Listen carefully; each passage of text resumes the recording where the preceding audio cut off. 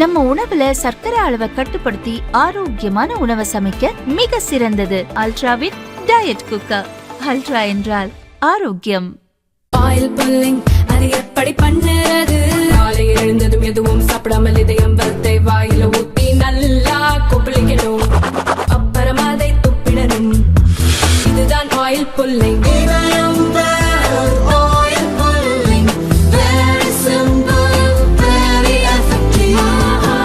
விண்வெளி துறையில் உலக நாடுகளை திரும்பி பார்க்கும் வகையில் இந்தியா பல்வேறு சாதனைகளை படைத்து வருகிறது.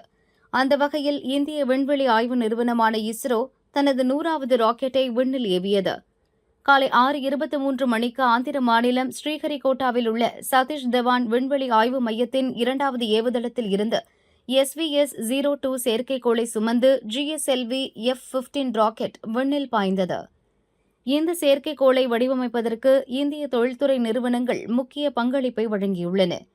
2250 கிலோ எடையும் 10 ஆண்டுகள் ஆயுட்காலமும் கொண்ட இந்த செயற்கைக்கோள் இஸ்ரோவின் கீழ் செயல்படும் UR ராவ் செயற்கைக்கோள் மையத்தில் தயாரிக்கப்பட்டது. இந்த ராக்கெட் GPS சேவை அளிப்பதற்கான NVS-01 என்ற செயற்கைக்கோளை விண்ணில் நிலைநிறுத்தும்.